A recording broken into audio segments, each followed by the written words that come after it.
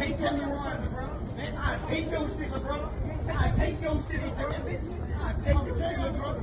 You so wet. He pump faking. I take your bag. Police know what's up. Don't do all that.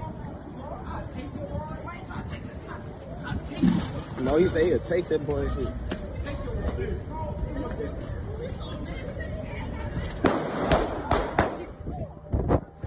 Those are the last words Daylon Anthony ever spoke, because in less than 30 seconds after that video cuts off, he was shot in the head inside an Amazon warehouse. And the man who pulled the trigger was an 18-year-old drill rapper from Baton Rouge named Carl Jean Nash, someone Daylon had worked alongside from the same city, the same rap scene, possibly even the same circle. But before you decide what you think about what happened that night, you need to know everything that led up to it, because this story is not as simple as it looks on the surface. The Amazon Fulfillment Center on Cortana Place in Baton Rouge is one of those buildings you pass 100 times without really thinking about.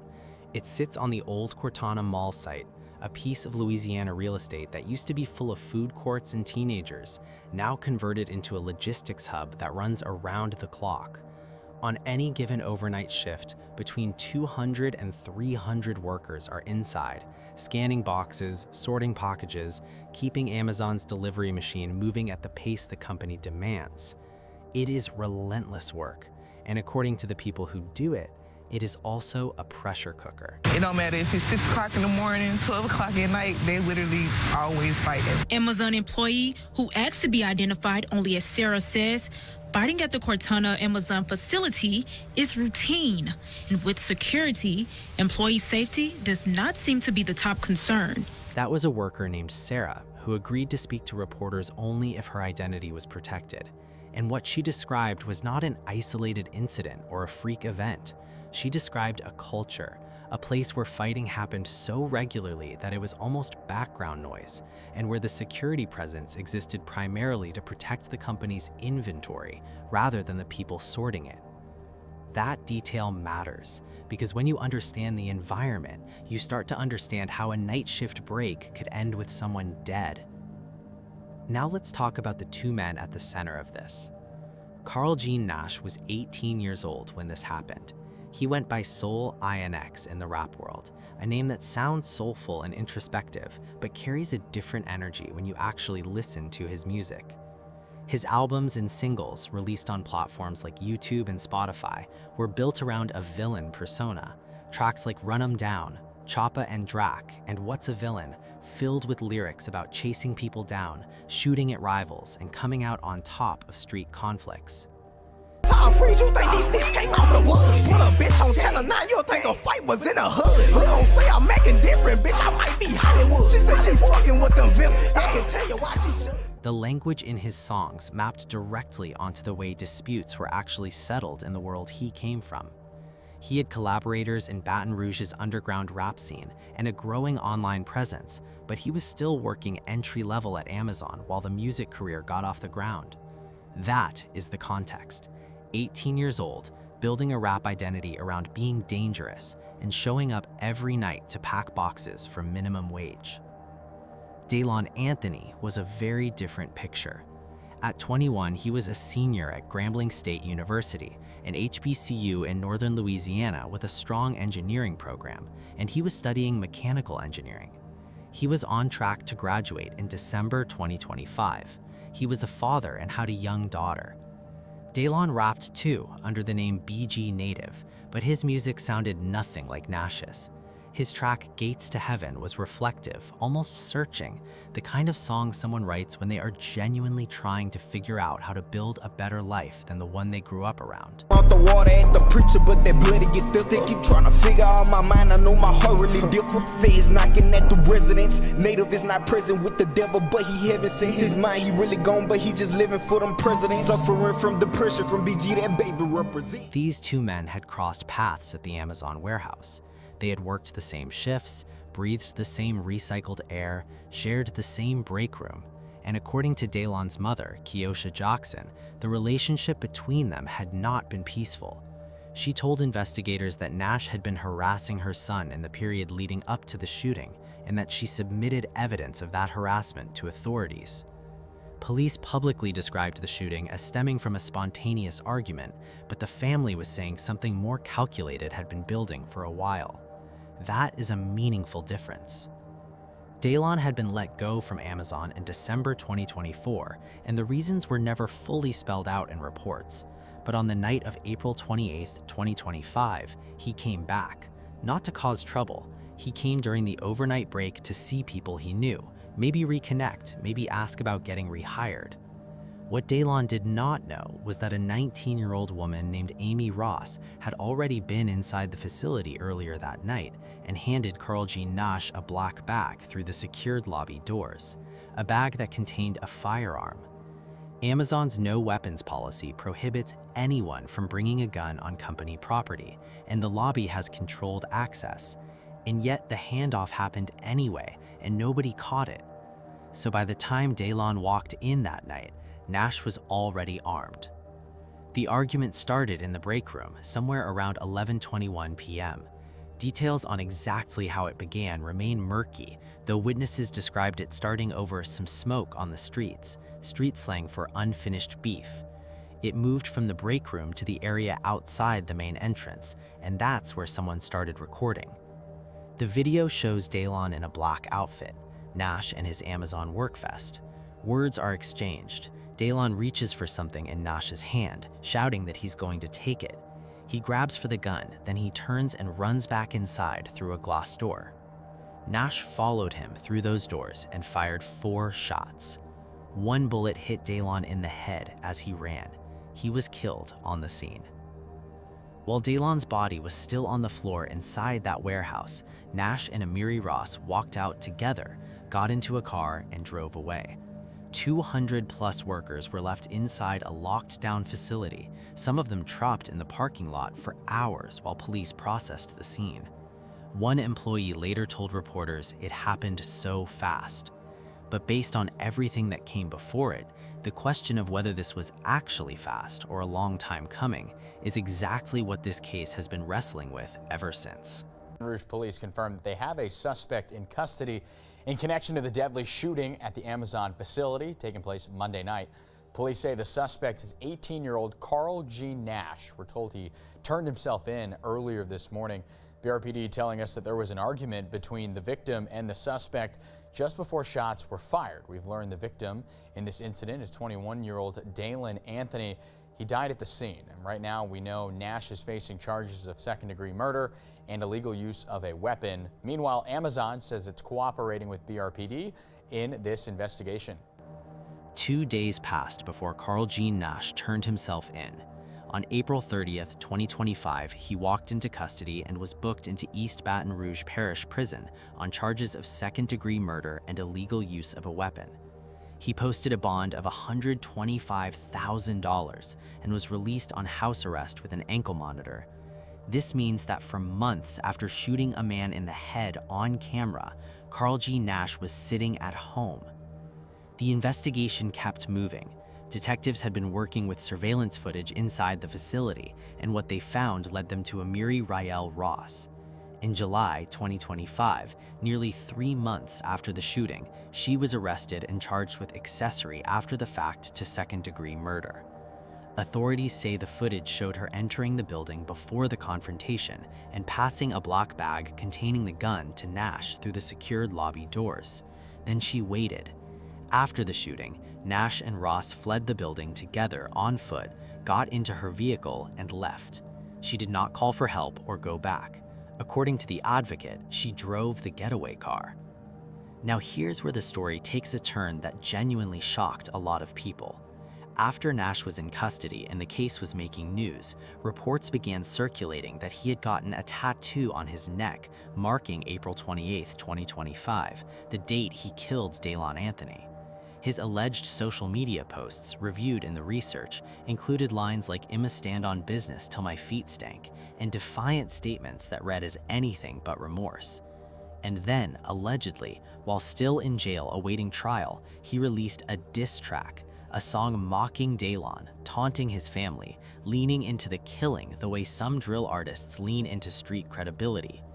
None of this was officially confirmed in court documents, but the family was aware of it, and Daylon's loved ones were not living in the abstract when they processed this. And then his mother responded, and what she said was one of the most striking things to come out of this entire case. Keosha Jackson went public with her grief, and she did not call for retaliation. She did not demand harsher charges or longer sentences. She publicly forgave Carl Jean Nash. She called him just a baby, said pride had misled him, and urged him to seek God. And she released Daylon's track Gates to Heaven in the weeks after his funeral, letting his music speak for who he actually was. I did speak with Anthony's mother, and she told me that she still does not know how her son was able to get on the premises where there's security and he does not work there. That question of how a non-employee got inside this facility on the night a shooting happened is one that Amazon still hasn't answered in a satisfying way. Daylon Anthony no longer worked there and should not have been able to access the building freely. And yet employees themselves described being confused about how he got in, noting that security managers were reportedly present before the conflict escalated in the break room. A sheriff's deputy was on site that night, as was a private security team. And still, a gun came into the building, a former employee came into the building, and an argument that started in the break room had 4 bullets fired before anyone intervened. That question hits differently when you know that a psychotherapist, brought in by the news outlet to give context, had to explain to the public what de-escalation looks like, because the people actually employed by Amazon to manage safety at this specific building apparently didn't do it. Here is what you need to understand about who Daylon Anthony was, because the way some of the coverage handled his story flattened him into a guy who grabbed for a gun and got what was coming. That framing is incomplete, and it's worth correcting. Daylon Anthony had already survived one gun incident before this one. Back in 2022, while he was on the campus of Grambling State, a physical altercation during a basketball game escalated to the point where another student retrieved a gun and pointed it at him. Daylon wasn't charged, the other person was. He walked away from that and kept going to school. Daylon kept working and making music. He had a daughter to raise and a degree to finish, and a life he was genuinely trying to build. All of that context is sitting underneath what the bystander video shows, and it matters when you try to make sense of how this night ended the way it did. The debate that took over social media after this shooting was not clean or simple, and it still isn't. It broke into 2 sides almost immediately, and the frustrating thing is that neither side is entirely wrong. They are just looking at different seconds of the same footage. The first camp looked at that video and saw a man lunge for another man's gun. They heard Daylon's own voice saying he was going to take it. I take everyone, bro. I take your shit, bro. I take your shit, bitch. I take your shit, bro. You're so wet. He pump faking. I take your bag. Police know it's now. Don't do all that. I take your bag. I take your No, he say he'll take that boy.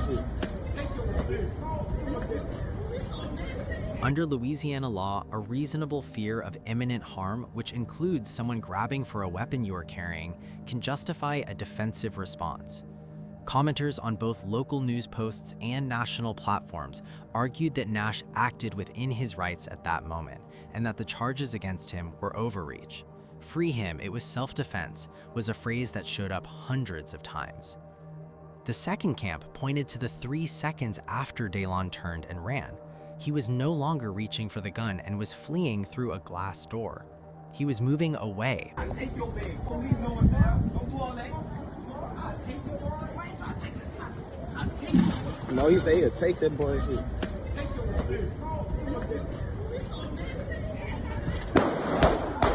But Nash did not stop at the threshold.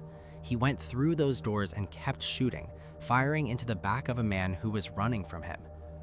Legal analysts reviewing the case noted that the pursuit fundamentally changes the legal math. In Louisiana and in most American jurisdictions, self-defense applies to a threat that is present and immediate. The moment Daylon turned his back and ran, the threat was no longer present in the same way, and following him inside to shoot him is the behavior the second-degree murder charge is built on. The prosecution is not arguing that Nash had no reason to feel threatened. They are arguing that he went further than any reasonable definition of defense allows, and that the pursuit and the fatal headshot are what turn this from self-protection into homicide. His defense presumably will argue that the initial grab created an ongoing threat. That argument is going to be put before a jury, and as of February 2026, no trial date has been set. Nash is still on bond, and Ross is still awaiting her own proceedings. But this story does not exist in a vacuum, and you cannot fully understand it without understanding the world these two men came from. Baton Rouge is one of the most distinctive cities in American hip-hop. The scene there is shaped by something you do not find in Atlanta or Chicago or New York, the drumline traditions of its historically black universities. Southern University's human jukebox marching band, Grambling State's own band culture, these rhythms got absorbed into the local sound and gave Baton Rouge rap a pulse that is genuinely its own. Artists like NBA Youngboy, Boosie Badass, and Kevin Gates came out of this city and carried it to national audiences while keeping their music rooted in the specific texture of growing up there. But the same city that produced that music has also produced its share of violence connected to it. NBA Youngboy's own career has been marked by feuds, shootings, and legal cases. The rivalry between Youngboy and the late J-Die Youngin, a rapper from Bogalusa who was killed in 2023, followed a pattern that people in Baton Rouge know well. Tension that starts in the music, escalates on social media, and sometimes ends in the street. Nash and Anthony were operating in the lower levels of that same ecosystem. This story is also not isolated. In July 2025, just 3 months after what happened in Baton Rouge, a Bronx rapper named Cashout 4E was shot and killed in almost exactly mirrored circumstances. He and an accomplice attacked a rival in the Soundview neighborhood, live streaming the assault while demanding money. The person they were robbing pulled a gun and shot Cashout 4E, who died at the hospital shortly after. Different city and people, but the same architecture, an attempt to take something from someone who was armed, ending in the death of the person who reached first. These stories keep happening, and the pattern underneath them is always the same. A culture that measures respect in terms of what you will not let someone take from you, combined with easy access to firearms, combined with environments where no one steps in early enough to stop the escalation before it becomes irreversible. Daylon Anthony's funeral was held at St. Joseph Baptist Church in Plaquemine, Louisiana. And somewhere in Baton Rouge, Carl G. Nash is 24 months into waiting for a trial that could define the rest of his life. He is still a teenager by age when the gun went off, now facing decades behind bars before he turns 30. What do you think about this case? Do you think Nash really acted in self-defense? Let me know what you think in the comments section. Click on one of the cards on your screen to see more videos like this. See you in the next one.